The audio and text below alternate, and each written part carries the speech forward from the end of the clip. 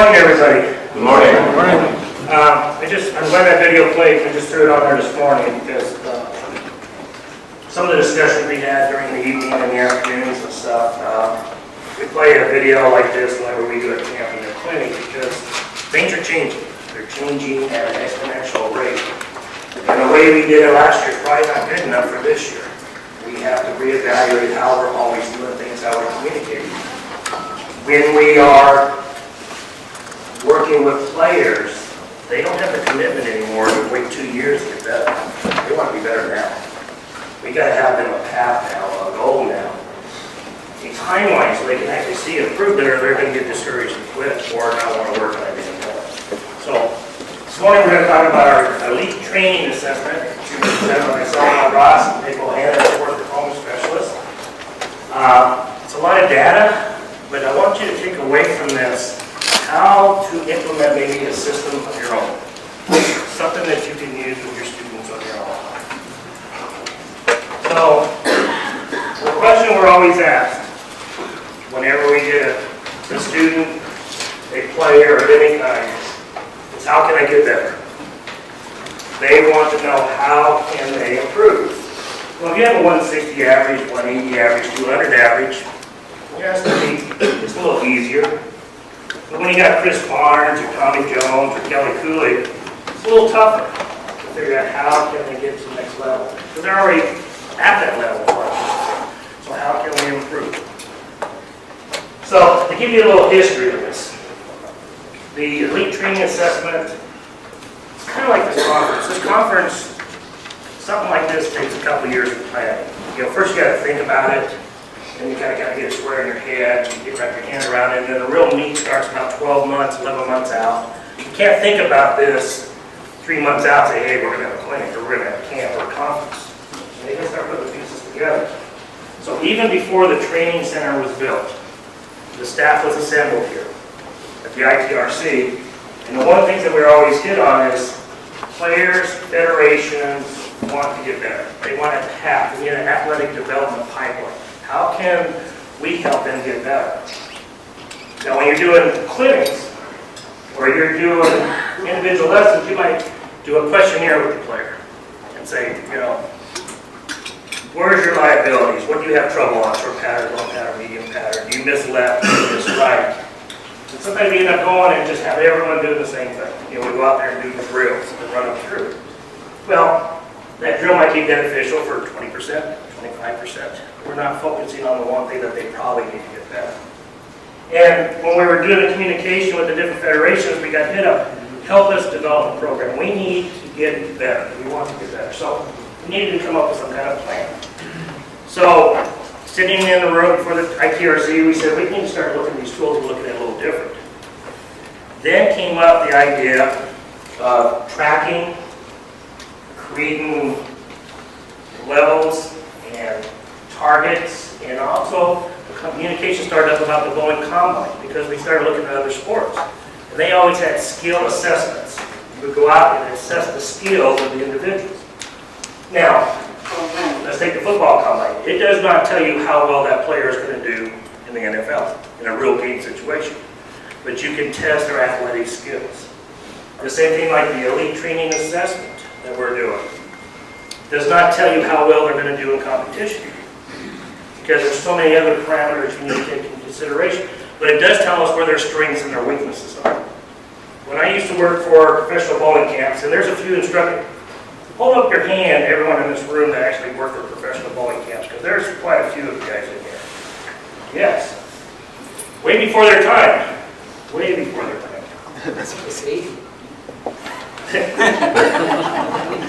When we're doing that, though, there was kind of a philosophy that you needed to change your game. That you needed to, if you wanted 20 pins on your average, you better figure about 2 years of work.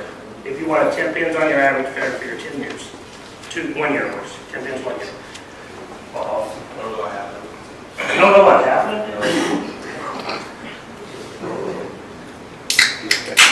You went to sleep? Yeah. You must be talking too long on the slide.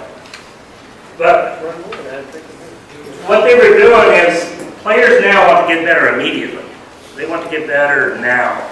We need to find out where their liability is so we can focus our energy and our time on something we're going to see an improvement, more return on the investment. We can't spend hours and hours and hours of practicing that's going to give them 1 or 2 pins. We want to find something that's going to give them 10 pins, that they're going to get better immediately because it's a liability. It's an inconsistency. And if we can try to make it more consistent, we should see progressive growth. Now, they're not going to be consistent at it. They're going to be going up and down. But at least we have them working in the right direction. So, that brings up to how we analyze a player. One of the parameters a player has is power. Every player wants to have more power. And power is going to be energy of the pins, messenger striking a lot. Everyone wants that power. But based off the player development pipeline, your first speed window for women or girls is between 6 and 8 years old. For boys, the first speed window is between 7 and 9 years old. The second speed window is 11 and 13, and the second for boys is 13 and 16. Science proves women develop and mature quicker than boys. They have different speed windows. This is growth development parts of their lives that they're really having their growth spurts, I guess is the easiest way to put it. If we miss these windows, they're not going to develop it later. That's why if you're 60 or 50, your style of play, your style of power, and your speed is pretty much what you're going to have. You can have different versatility, but you're not going to be able to throw at 20, 21 miles an hour. You miss that speed limit. Kids nowadays are much more active. And it doesn't have to be in bowling on these speed windows. It could be in any sport. But at those windows, this is when we can develop the power and speed. This is when we should have our youth working to try to get faster and stronger. The next area that we start looking at is the consistency. We want them to be able to repeat shots. You want to be able to repeat shots. That's one thing that this elite training program looked at. We're looking at the outliners. Where's the bad shot and what it caused it? Where did it come from? Because when we first started working with a player, we don't need to make you better. We just got to make you good more often. We got to get rid of that bad shot. And if it happens once every 6 frames, we want it to happen once every 12 frames or 14 frames. That's what we got to focus on first. We got to find out where that bad shot is. Where is that inconsistency? Well, based on the player development, the skill windows for women or girls between 8 and 11 and 9 and 12. So we should be working on speed in one of those windows, and then we should start developing the skill. We should not get it backwards. So many times I think of our youth bowlers. We go out there and we're trying to teach them skills and posting the shot and be nice and pretty, when they should be working on throwing the ball as hard as they can. Throwing the ball as hard as they can. Have some fun. I did some clinics, and I don't know what you call it, clinic. It was a coaching thing with Linda Bars for strikeout IVs. And there was one little girl, and I don't know how old she was, but she was maybe 6, 7 years old. During the little session, and it's kind of almost a pro-am, you're just kind of helping all the different players. And this poor girl was almost in tears because she couldn't get the ball on the line. She couldn't hit a pin. She was brought down and couldn't get a pin. And I got a hold of her, and out of the blue, I don't know why, just says, just throw it as hard, run up there and throw it as hard as you can, and just stay behind this line. She got 3 pins. All of a sudden, you could see her face light up. You know, she was walking up there nice, robotic, posting the shot. And all of a sudden now, just run up there and throw the darn thing. And all of a sudden now, she's starting to knock down pins. So, when you're working with kids and you have this situation, look at their age, look at their development. Work on speed during the speed windows, skill during the skill windows. Let's be a little smarter how we're developing our players. Next area, versatility. This is the area that we really want to be working on with the Team USA and our players. We've got a really good game, but now we want to be more versatile. Well, a window we can do with versatility, you can always train versatility because you're just making it off the base. So I can train players to get faster and slower, but their base is going to be developed when they were youth. I can train players to get more on the side of the ball or more on the back of the ball. But their personality or style release is going to be developed when they were younger. Tilt takes a lot of time to change, and it's based on environment a lot. That's what we're starting to see. When we started tracking our players, our Team USA players, we noticed, I think Brian hit on this a little bit, that when they came back one year, everyone's tilt went up. Oh, that's different. We went back, double checked, make sure our measurements are right, and their tilt went up. Why would players in a group over a year have their tilt go up? The tour, the environment. They were having trouble getting the ball through the front part of the lane. Now, whether it's subconscious, whatever it was, they had to find a way to get the ball down the lane. Their tilts went up. Now, they couldn't go more rotation because that's going to create more skid as well, but what are you going to get on the back end? More angular change of direction. That was not going to be an option. If you grow up on, well, very soft guardian lanes, you can pretty well bet that you probably have high tilt. And probably a lot of axis rotation in your environment. It was interesting being from the West Coast area, and especially 20 years ago, and bowlers from the East Coast come to the West Coast, and they come to Vegas, and they couldn't believe how long the balls lived. Well, they grew up on wood. They're bowling on a lot of friction and a lot of synthetics in the West Coast. The ball just seemed like it flew down the lane. Now we have more synthetics, it's more uniform, but it's going to be based on environment. But all systems are trainable. Versatility is a trainable skill. The base is what usually we have at Paris Carnival. The next area is going to be the physical. This is going to be flexibility, strength, balance.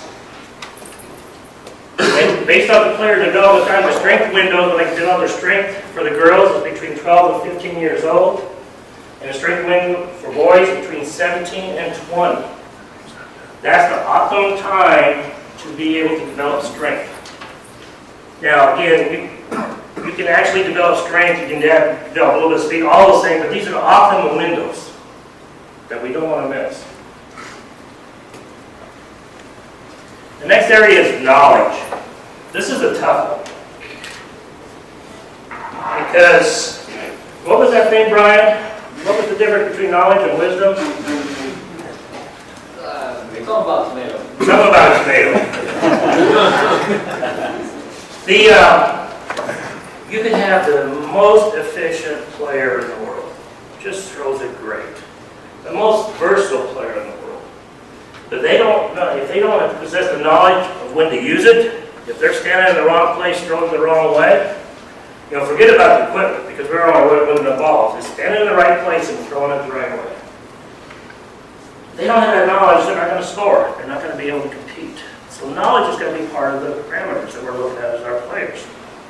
I know equipment was brought up here a little bit, and I'm just going to touch it a little bit in international competitions. We have some players out here, coaches that work in international competitions. When we go to these international competitions, there's two patterns, short and long, short, medium, or medium and long. As the week goes on, the competition goes on, we end up using one or two balls on both patterns. And that's it. You end up having one or two balls and you use them on both patterns, you just make a slight surface changes. World Championships, Kelly Kulik in Hong Kong only checked in 4 balls. That was a spare ball. Checked in 3 balls. Actually, she could use on strikes. Only used 2 of them. So I think sometimes we put too much emphasis on the equipment and not enough on the versatility and the skill required and the knowledge required to make the adjustment. And then there's Dr. Dean's area. This is a whole new area that, you know, we don't test for this, but it's mental, you know, it's, some people like to have the balls in their hand. Some don't. You don't know until you get them into competition who really wants the ball in their hand. So this all ties together what we call a bowler's game. These are all components of a bowler's game. Now we're just going to kind of look at one area that we want to try to help a player get better on their consistency, their versatility, and some of the physical areas. So how do we do this? We use tools. And we're trying to use tools that take opinions out of the equation. I don't want to sit there and say, I think their arm swing is okay, or I think their arm swing's bad, or I think their timing's bad, or, you know, I don't like their footwork or any of that. As a player gets up to a higher level, sometimes you start fixing things just so they look good. You don't need to fix those things that make them look good. We need to fix things that make them more efficient. We need to fix things that make them more versatile, more dynamic, be able to play more areas. Someone mentioned about Walter Ray Williams popping up at the line. Okay, let's go fix that. You know, let's fix that. His trailing legs popping up in the air.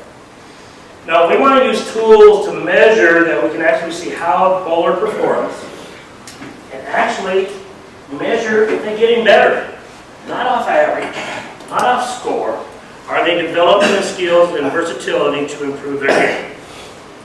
Now, some of these tools that we use is CATS. Now, technology, we're talking about technology and CATS. CATS is 20 years old. 20 years. This was written on the results of doing the CATS study in 1995. 1995, it's pretty impressive. In fact, this is probably, there's not very many of these in print anymore. People have them anyway. But it's a computer-aided tracking information manual by Danny Speranza and Larry Vesper. They were the ones that established CATS. And there's some nice physics stuff in here. Oh. That was cool. You have to do that again sometime. Hopefully no one got trained subconscious. This is just a review.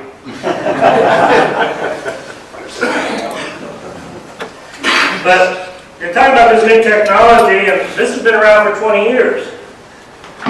We should have been using this earlier. We should have been using this tool earlier to help bowlers develop, improve their game, check their versatility. The information too I gave you on the growth sports and everything, the Canadians, where's my Canadians? The Canadians ran this Canadian Sport for Life. Long-term athletic development. They spent a lot of money on this when they were getting ready for the Olympics, for all their Olympic sports. They developed long-term athletic development. It's available on the internet. You can find the PDFs. If you're working with any kind of program at all, youth, high school, college, national team, probably worth your time to spend a little bit of time looking into this. Especially if you have a feeder program or developmental program. So we're getting back to the game and the tools we use. So we use CATS. CATS measures what we're looking at. Launch angles, that's the angle through the front part of the lane. It measures accuracy at the arrows, or actually 15 feet. It measures accuracy at the break point that is established at 39 feet. And it looks at entry angle and ball speeds going down. It measures what the ball is doing, where the sensors are at. So there's a sensor at 11 and 15 feet, so it measures the ball speed through there. Measure the ball speed at 39 feet, measure ball speed. We're looking at repeatability and consistency with CATS. But we take it a little bit farther. We want to see it on a normal pattern. We want to see it on a short pattern and a long pattern. And we establish the patterns that we always use. So we're always using the same base patterns. Because some people play better out, some people play better in, some people play better on mediums. We want to see where the liabilities are. When we're doing that, we actually shoot video of them as well. Front, back, top, side. And the reason we do this is that we can have a reference. What was different between your short pattern and your long pattern? What was different between fast speed and slow speed? What are you doing different for the consistencies or inconsistencies? The other thing we do is we actually will measure with high-speed cameras the release. And they will go down to a station and we will ask them, throw your normal release. We will measure it, mark their PAP, get their RPMs. Throw some good shots until we get a good pace. And the reason we use high-speed cameras, normal cameras, there's too much variation. In one clip of frame, 60 frames a second or 30 frames a second, the ball can do almost a quarter to a half a revolution in that time. It makes a big difference. So the faster you can use the camera, higher speed camera, the more accurate those measurements are going to be. Then we ask them, okay, I want you to get on the side as much as you would use in competition. Now come around a little bit. Then we want them to come up the back a little bit more, that you would use in competition. And then we want them to get more on it, more of the hand action they can get on it. And then less. Increase their RPMs and decrease their RPMs, just to see what their ranges are, what they can use in competition. We will have them do, like I said, the medium pattern, and we're looking at consistency. Then we'll have them go down and do a cat session, repeatability on a short pattern. And actually a long pattern, for those two, I'm sorry, we go down to the speed, and we have them throw it faster, and we have them throw it slower. And we want to see how their consistency is when they're doing that. Now, you might not have cats. Most people don't. You might not have Digitrax. But you could do things like this with a camera. Just go out there and film. Have a camera looking at the arrows. Have a camera looking at the break point. Go back and review. You can use tracing paper. The early days of cats, when they were scavenging, they were laying tracing paper down on the lane. Now, we learned the hard way just recently. Which camp is that, Brian? Chile. Chile. We were trying to establish laydowns. Ball to ankle or slide laydowns. So we went out there, and I thought it was being sharp, and we were putting paper out there, and they kept tearing the paper. So I went and got some cardstock. You know, tape it to it. Now they won't rip it. We ended up with ball damage, didn't we? It was amazing the friction that cardstock did to the bowling ball. I mean, it really marked it up on that part. So we're not going to use cardstock anymore. I don't want to. I had to fix it all. But it's the friction there. So find ways, cameras, cell phones, just position them. And you don't need, I mean, we use a lot of shots, but 5 shots a lot of times will give you the personality of what's going on there. 5 shots, you'll start seeing tendencies. And just tell them that you want to repeat. Some of the tools, you use several tools in the gym. Yes. And we'll get into those in a minute. That's his bit. Okay. So, what we're looking for when we're looking at, these are a couple of really good tracking sessions.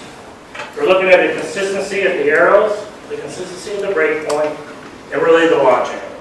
That's going to give us a tendency of what that player is doing. And we're also looking at speed going down lane, how consistent their speed's going to be. Consistency of speed is generally referred to consistency of timing. It does not mean that you have good or bad timing. It just means that your timing is consistent, because really all timing is a measurement. It's like speed. It's a measurement of the relationship between the ball and the feet. And whether you do it the European way or you do it the USB-C way, you're still looking at position of the ball to where the position their feet are at a moment in time. It's just a measurement. You could have not good leverage. That's different. We're looking at consistency of timing for speed. The rest of it has a lot to do with releases and arm swing. Launch angle is arm swing. Break point is arm swing and release that we're going to be looking at.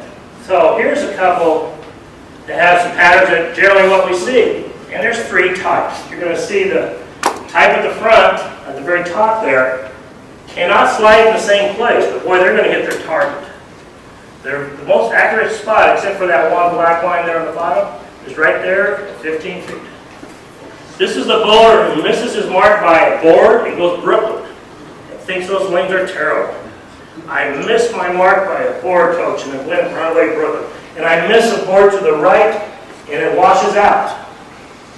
These lanes are terrible. I almost went there. All right.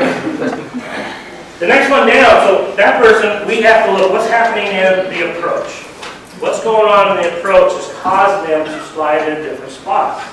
So they're probably standing in the same spot, so somewhere in the initiation of the swing, there's the inconsistency. Push might be going in a different direction, first step's going in a different direction, push might be going one way, feet going the other. We got to find out what it is. The next bowler down starts having a personality, and we have 2 shapes. We can look at the 2 patterns, one on the top and one on the bottom. So that one might have some issues of where the ball's getting into the backswing. And we got to find out which one of those 2 patterns is the one they really like the best one, the one on the top, the one on the bottom. And then the one on the very bottom, we definitely have a looping arm swing, which means that the arm swing as it's coming down is wrapping around the body. And when they let go of it early, it goes right. When they let go of it late, it's going left. They have such a small window to be able to have the shot being consistent. So when we go through this ETA, we'll trace it down to this and we'll find out. We might just see one of these patterns on the long shot, or the short pattern, or we might see it on a different speed. The other thing we test is we go through their athleticism, and I'll turn it over to you. All right. So we do a lot of different tests in the gym, and we're going to go over those now. One of the first ones we do is the broad jump. It is used along with the vertical jump that we'll discuss in a little bit. They're used in a lot of sports as a